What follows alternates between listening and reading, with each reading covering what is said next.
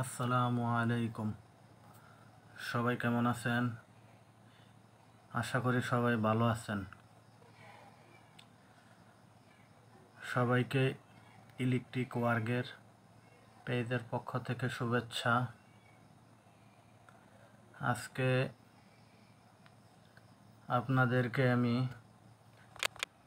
যাই হোক, এখন আমি বোর্ডটা খুলে নিয়ে আসতেছি, অফিসে নিয়ে আসলাম বোর্ডটা।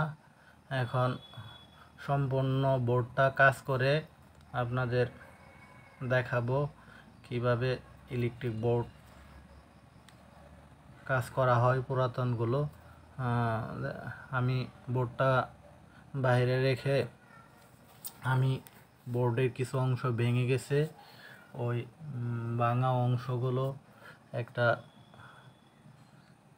এবোনাইট বোর্ড ছিল আমার রুমে নষ্ট, ওই বোর্ডটাকে কাজে লাগানোর চেষ্টা করছি। যে অংশগুলো ভেঙে গেছে ওই ভাঙা অংশগুলো জোড়া দিব। ভাঙা অংশ দিয়ে বৃষ্টির পানি গিয়ে বোর্ডটা বিভিন্ন জায়গায় তারের সমস্যা হয়ে গেছে এবং এই ছিদ্রগুলো আমি এই বোর্ড দিয়ে জোড়া দিব। আর ভিতরে কিছু প্লাস্টিক ভেঙে গেছে, গাড়ি চাপ দিয়ে ভেঙে ফেলছে। রাস্তায় বড় একটা টার মেরে দিছিল এই বোর্ডে, তাই ওই যে কয়টা বোর্ড ভিতরে প্লাস্টিক ভেঙে গেছে এই ভাঙা অংশগুলো জোড়া দিব। মূলত এই 20 ফিট এলইডি ইলেকট্রিক বোর্ডটা আপনার অ্যালুমিনিয়াম এবং প্লাস্টিকের সমন্বয়ে বানানো হয়েছে। অ্যালুমিনিয়াম দিয়ে একটা ফ্রেম বানানো হয়েছে আর অনেকগুলো এলইডি দিয়ে একটা সফটওয়্যারের মাধ্যমে বোর্ডটা জ্বালানো হয়। আর কিছু প্লাস্টিক বোর্ড দিয়ে জোড়া দেওয়া হয়েছে স্ক্রুর মাধ্যমে। যে প্লাস্টিক অংশগুলো ভেঙে গেছে ওই প্লাস্টিক অংশগুলো আমি এবোনাইট বোর্ড দিয়ে ফ্রেম বানানোর চেষ্টা করছি। তারপরে আমি সংযোগ দিব। মোটামুটি আমার 5টা স্কেলের মতো ফ্রেম দরকার এই প্লাস্টিকের। 5টা ফ্রেম আমার অলরেডি গ্রাইন্ডিং কাটা হয়ে গেছে। এখন আমি লাগাবো এক এক করে খুলে। এই দেখতেছেন স্কেলের মতো প্লাস্টিকের যে বোর্ড, ওই যে প্লাস্টিকের এটা একটা আরেকটার সাথে এটা part to part LED 12 inch 6 inch 12 inch 6 inch by 12 inch, এগুলো একটা এলইডি আর একটা এলইডি এই প্লাস্টিকের বোর্ড দিয়ে সংযোগ দেওয়া স্ক্রুর মাধ্যমে। একটা ভেঙে গেলে আরেকটা আপনার বাতাস আসলেই প্রেসারে ভেঙে যেতে পারে। এই জন্য আমি 5টার মতো ভেঙে গেছে। এই 5টা বোর্ড আমি মাপ মতো কেটে নিছি। এখন আমি লাগাবো, আপনাদের আমি দেখাচ্ছি কিভাবে লাগাবো পুরো এটা প্রসেসটা। এই যে ফোম প্লাস্টিকের যে ফ্রেমগুলা, এই ফ্রেমগুলো আমার সেই বানানো কমপ্লিট। এখন আমার যেহেতু নতুন বোর্ড আমি কেটে বানাইছি, এখন আমার পুরাতন যে স্ক্রুগুলা লাগানো ছিল পুরাতন বোর্ডে, তো ওই বোর্ডগুলো আমার শেপ মতো ছিদ্র এই জায়গা থেকে আমি প্রয়োজন অনুযায়ী দিয়ে নিব। তো তার আগে এই যে এই বোর্ডটা কিছু অংশ, যেহেতু পুরান একটা শিট ছিল প্লাস্টিকের, ওইটা ময়লা ছিল, আমি WD-40 গ্যাস দিয়ে পরিষ্কার করে নিচ্ছি যাতে ময়লাগুলো সার্কিটে না পরে এবং দেখতেও সুন্দর দেখা যায়। আমি WD-40 গ্যাস দিয়ে পরিষ্কার করে নিচ্ছি ডাস্টার দিয়ে। আমার এই যে 5টা মোটামুটি পরিষ্কার করা শেষ। এখন আমি শেপ অনুযায়ী ছিদ্র করব। আমার যে এলইডি বোর্ড, ওই বোর্ডের মাপ অনুযায়ী আমি এখান থেকে ছিদ্র করে নিলে ওই জায়গায় আমার স্ক্রু লাগাইতে সহজ হবে। নয়তো বা স্ক্রু ছিদ্র এক স্থানে আমি লাগাবো আরেক স্থানে, সঠিক মাপটা হবে না।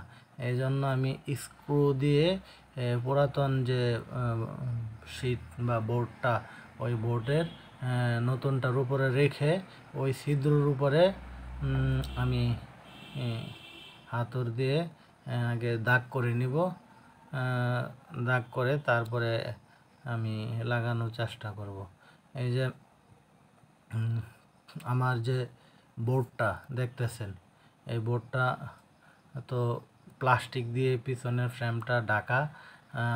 ওইটা যে প্লাস্টিক আর অ্যালুমিনিয়ামের সমন্বয়ে, তো এটা তো আমার ছিদ্রগুলো যদি আমি বন্ধ না করি তাহলে তো আমার বৃষ্টির পানিতে শর্ট সার্কিট হওয়ার সম্ভাবনা আছে। যেহেতু এটা এলইডি সিগন্যাল লাইটিং বোর্ড,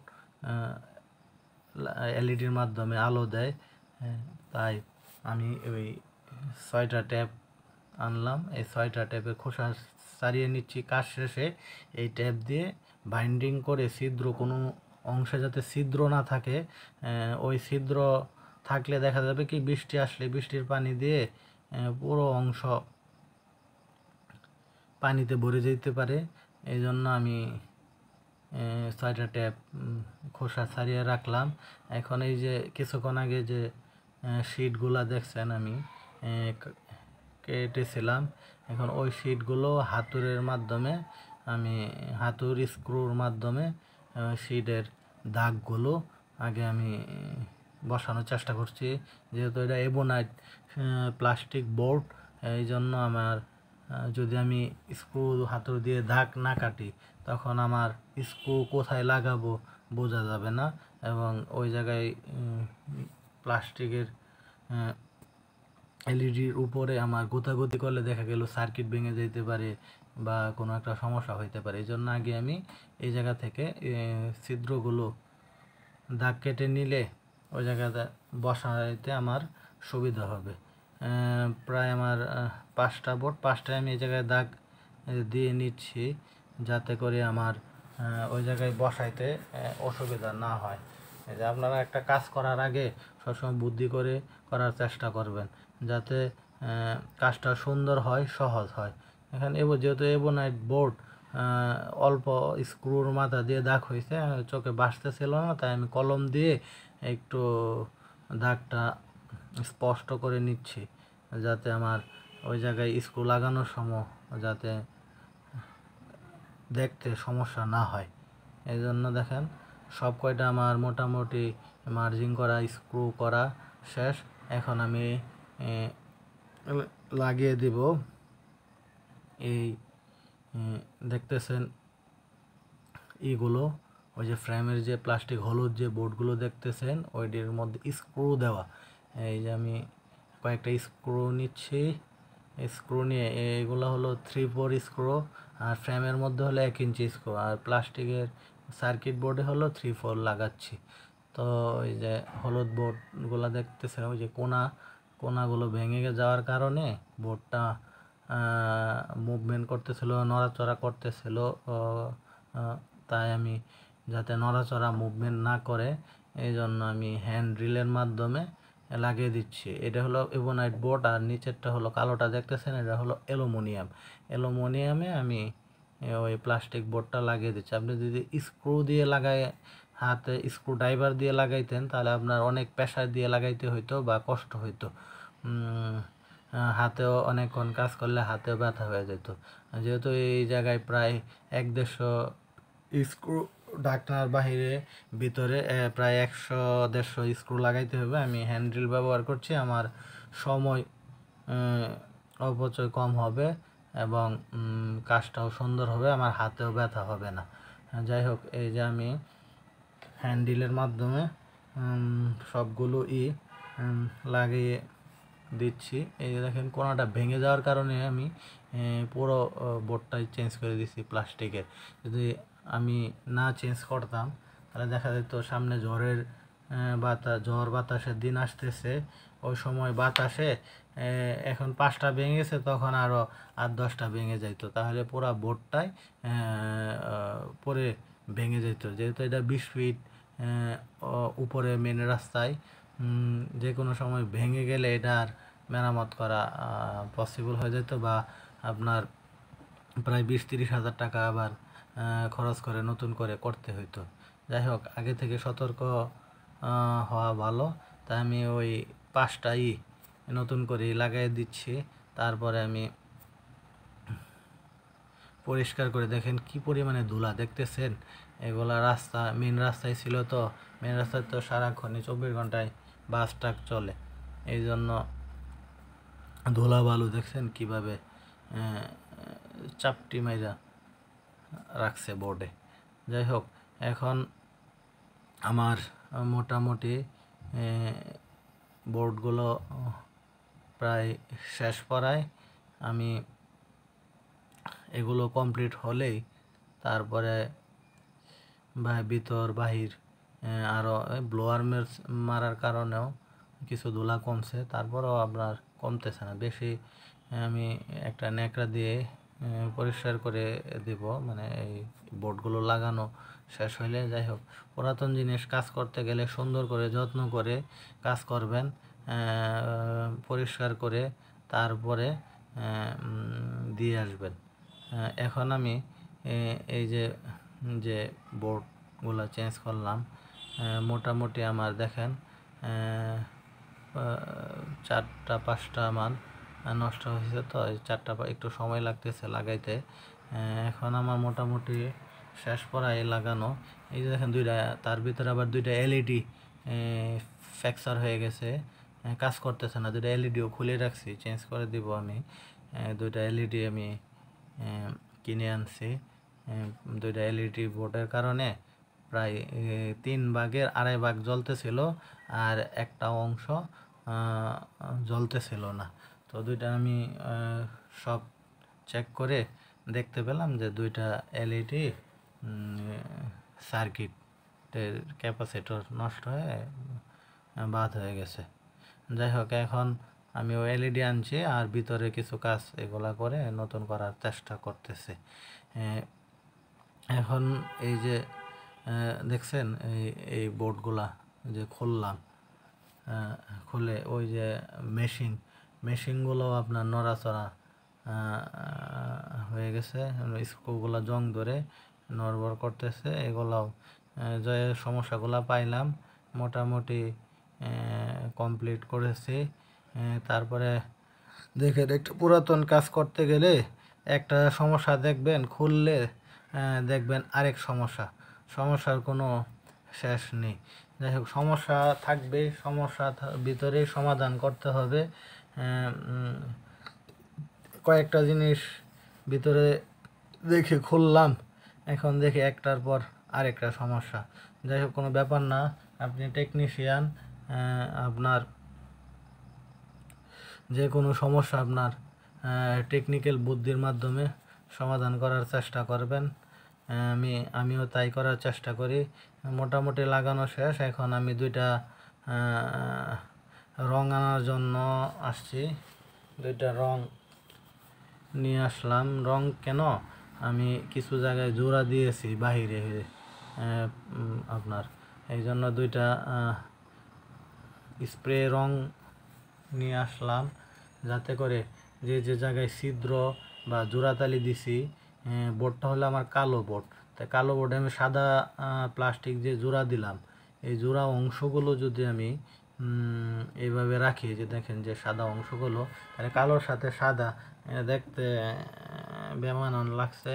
আর এত কষ্ট করে বোর্ডটা কাজ করলাম, দেখেন ওই যে ট্যাপিং দিলাম, বোর্ডটা কাজ শেষ, কমপ্লিট হয়ে গেছে। এখন হলো আমার বোর্ডটা উপরে ওঠাবার আগে তো মনে হলো যে এত সুন্দর করে কাজ করলাম, তো বাইরে এই সাদা অংশটার জন্য বিশ্রী দেখাচ্ছে।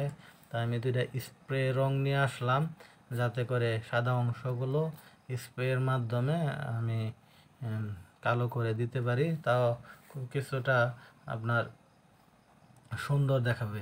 উপর 20 ফিট উপর উঠলে জোড়াতালিটা আসলে দেখা যাবে না কালো রং দিলে। আর যদি কালো রং না দিই, তাহলে আমার এই জোড়া অংশগুলো দেখা যাবে আর দেখতে বিশ্রী লাগতেছে আমার কাছে।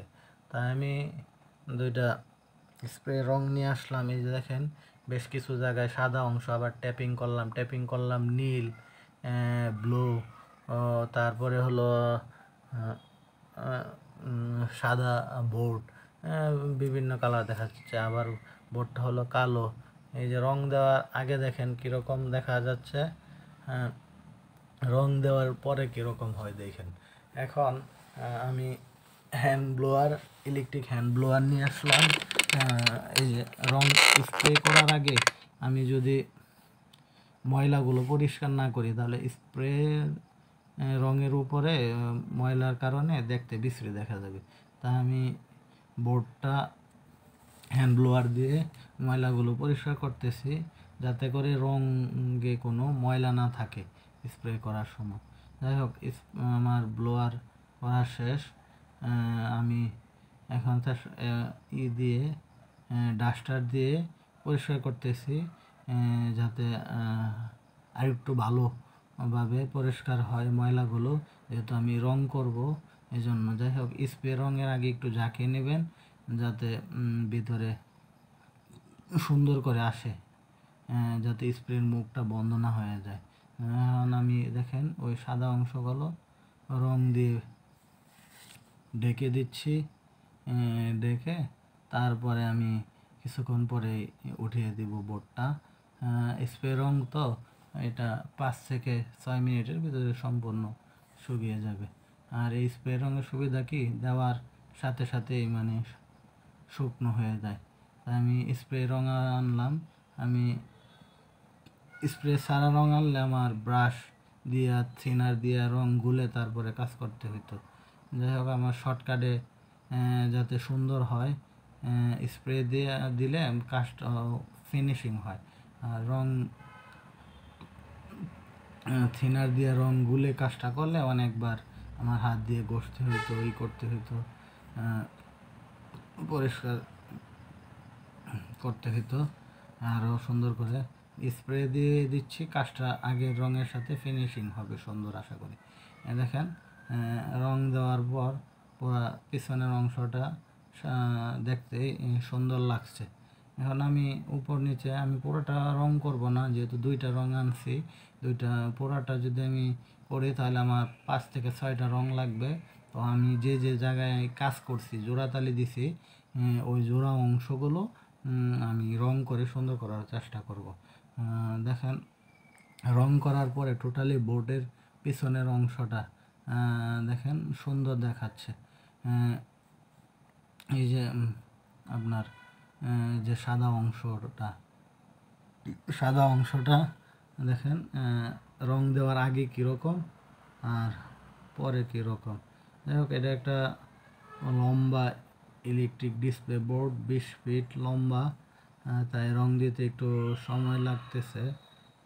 যাই হোক, ব্যাপার না। কোনো একটা কাজ করতে গেলে ধৈর্য ধরে সময় নিয়ে কাজটা সুন্দর করে করার চেষ্টা করবেন। আমিও তাই করার চেষ্টা করি। এখন আমি প্রায় রংটা দেওয়া শেষ। রংটা দেওয়ার পর তারপরে আমি ব্লোয়ার মেশিন দিয়ে শুকিয়ে নিব, যেহেতু আমি কিছুক্ষণের ভিতরে বোর্ডটা উঠাবো। দেখেন মোটামুটি শুকিয়ে গেছে। আমি ব্লোয়ার করেছি যাতে যে জায়গায় বেশি পড়েছে রং যাতে দ্রুত শুকায়। এখন আমার কাজ মোটামুটি ইনশাল্লাহ শেষ। বোর্ডও চেক দিছি, সাকসেসভাবে করতে পারছি কাজটা। এখন আমি বোর্ডটা কিছুক্ষণের ভিতরে নিয়ে যাব, নিয়ে চেষ্টা করব উঠিয়ে দিতে।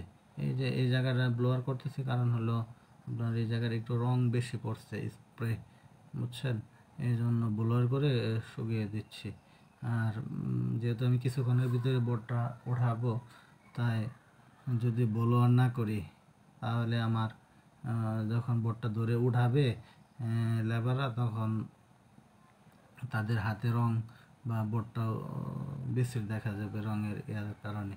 এই জন্য যেহেতু ব্লোয়ার মেশিন আছে, এই জন্য শুকিয়ে দিচ্ছি। শুকিয়ে তারপরে উঠিয়ে দেব, কারণ তাড়াহুড়া করতেছি, একটু পরে লেবার চলে যাবে। লেবার থাকা অবস্থায় লেবারের 6টা থেকে 2টা পর্যন্ত ডিউটি। এখনও 2টার প্রায় কাছাকাছি তারা চলে যাবে, তাই আমি একটু তাড়াহুড়া করতেছি যাতে বোটটা আজকেই উপরে উঠাতে পারি। এই জন্যই মানে চেষ্টা করতেছি। আশা করি মোটামুটি সব ঠিকঠাকই হয়েছে, সুন্দরই লাগতেছে রং করার পর। পুরাতন বোট তো যতটুকু করার চেষ্টা করলাম। দেখেন আমার বোটটা লাগানো কমপ্লিট, দেখেন এই যে চলতেছে, এটা প্রায় মাটি থেকে 20 ফিট উপরে রাস্তায়। যাই হোক, আজকের মতো এইটুকুই। আমি চেষ্টা করব আপনাদের এভাবেই প্রতিনিয়ত একটার পর একটা কাজ দেখানো। আপনারা যদি ভিডিওটা ভালো লাগে অবশ্যই আপনারা চ্যানেলটি সাবস্ক্রাইব করবেন আর উৎসাহ দিয়ে পাশে থাকবেন। Thank you. আল্লাহ হাফেজ। সবাই ভালো থাকবেন। আমার